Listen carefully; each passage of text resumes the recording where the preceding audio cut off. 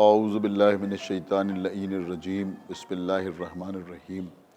الحمدللہ الذی ہدانا لہذا وما کننا لنہتدی لولا ان ہدانا اللہ لقد جاءت رسل ربنا بالحق والصلاة والسلام علی سیدنا و نبینا و شفیعنا و مولانا و مولا الثقلین جد الحسن والحسین ابی القاسم محمد وعلی اہل بیتہ الطیبین الطاہرین المعصومین المظلومین المنتخبین المنتجبین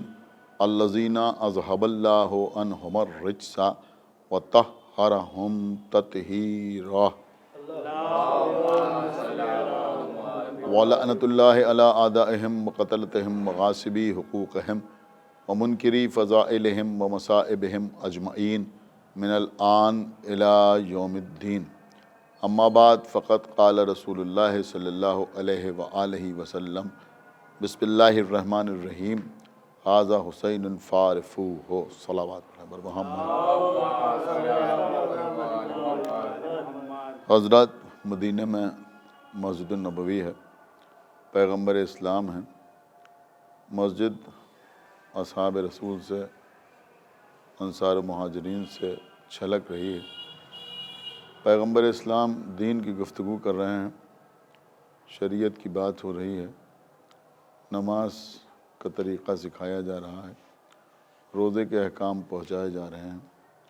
حج کے ارکان سمجھائے جا رہے ہیں۔ اسی اثنا میں بی بی سیدہ سلام اللہ علیہا کے گھر کا وہ دروازہ جو تنہا دروازہ تھا اور مسجد کے اندر کھلتا تھا، وہ دروازہ کھلا اور سرکار سید الشہداء امام حسین علیہ السلام اس دروازے سے برآمد ہوئے اور آہستہ آہستہ آگے بڑھتے ہوئے پیغمبر اسلام کی طرف بڑھے۔ جیسے ہی پیغمبر کی نگاہ اپنے اس نواسے پر پڑی تو پیغمبر نے خطبے کو ترک کیا اور منبر سے نیچے اترے، آگے بڑھ کر امام حسین کو گود میں لیا اور آقا حسین کو گود میں لے کر پھر عرش منبر پر پہنچے اور جانے کے بعد لوگوں کو مخاطب کیا اور مخاطب کر کے کہا کہ ھذا حسین فارفوہ، یہ میرا حسین ہے، اسے پہچان لو۔ یا پھر یوں بھی کہا جا سکتا ہے کہ ابھی تک بنام دین، بنام شریعت جو کچھ پیغمبر بتا رہے تھے یا لوگوں تک پہنچا رہے تھے، اس کی روح کا نام معرفت حسین ابن علی ہے۔ تو امام حسین علیہ السلام کی معرفت تمام مومنین کے لیے اور مومنات کے لیے نہایت ضروری ہے، اور اس معرفت میں زیارت کربلا سے اضافہ ہوتا ہے۔ دیکھیے عزیزوں، زیارت اور کربلا کی زیارت،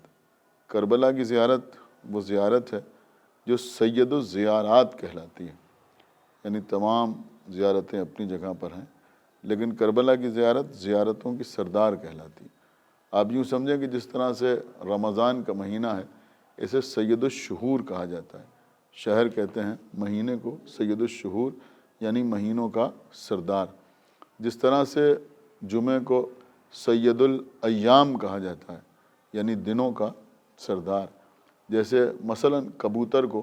سید الطیور کہا جاتا ہے، سید الطیور کا مطلب طائروں کا سردار۔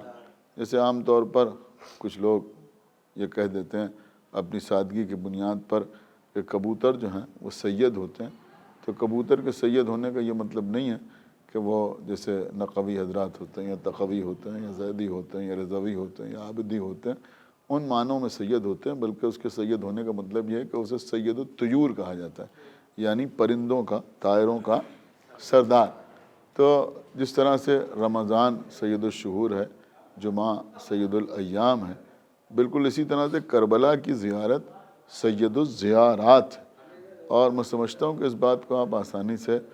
یوں بھی سمجھ سکتے ہیں کہ جب کوئی زیارات کے لیے جاتا ہے تو زیارات کے لیے جانے والا تمام مقامات مقدسہ کی زیارت کے لیے جاتا ہے،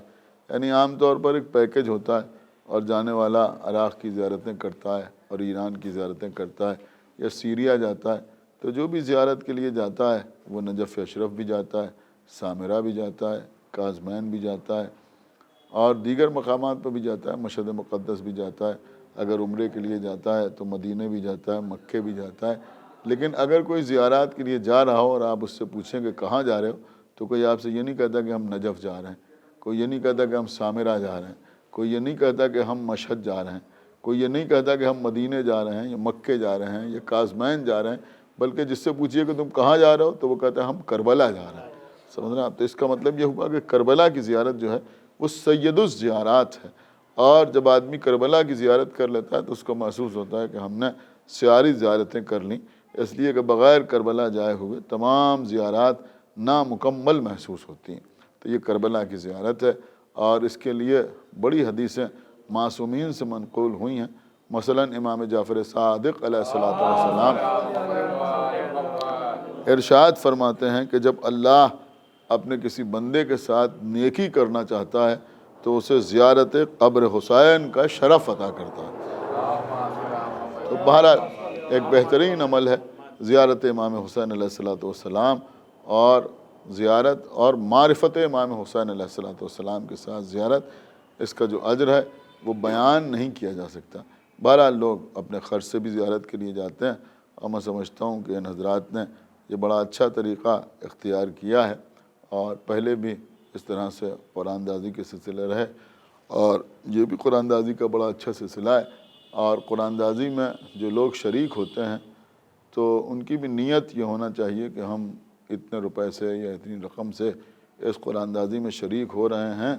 تو اگر ہمارا قرآن نکل آیا تو ہم جائیں گے، اور اگر ہم نہیں جائیں گے تو کوئی دوسرا جائے گا، تو اس کی زیارت میں ہماری یہ رقم شامل رہے گی، تو ہم بھی اس اجر میں شریک ہوں گے۔ اس سے بہتر کوئی نیت اور نہیں ہو سکتی، اور میں سمجھتا ہوں کہ زیادہ تر لوگ جو اس پہ شریک ہوتے ہیں ان کی نیت یہی رہتی ہے کہ اگر ہم اس زیارت میں نہیں گئے تو جو بھی جائے گا، جو بھی خوش قسمت ہوگا، جس کا نام قرعے میں نکلے گا،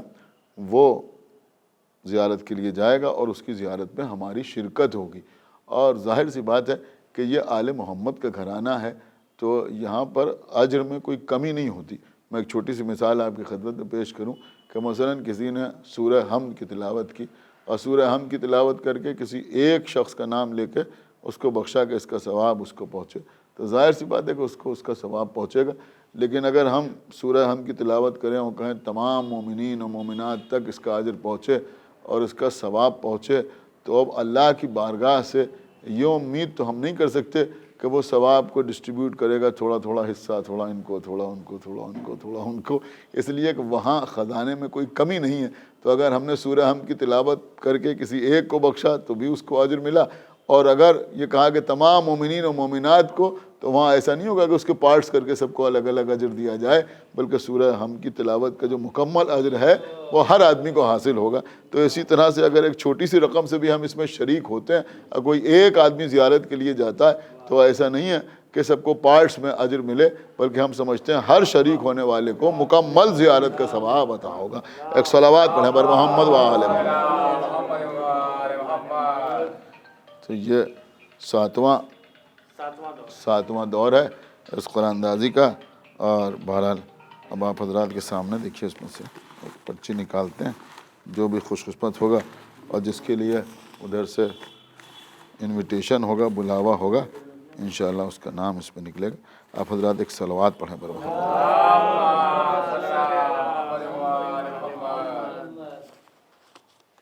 نہیں تو کئی نکالا ہے، پھر سے نکالیں، یہ تو ہمیں پتہ نہیں۔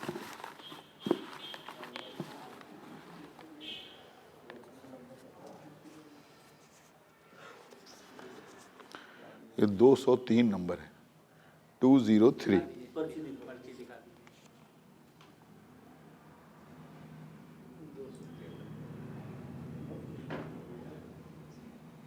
اس کا ہے نام بتا؟ ہاں بتا۔ اسلم شیر خان، کہاں پہ؟ مہیپت مئو، لکھنؤ۔ یہ قرآن نکلا ہے جناب اسلم شیر خان صاحب کا، جو مہیپت مئو لکھنؤ کے رہنے والے ہیں۔ بہت بہت ان کو مبارک ہو۔ آپ حضرات ایک باواز بلند صلوات پڑھیں۔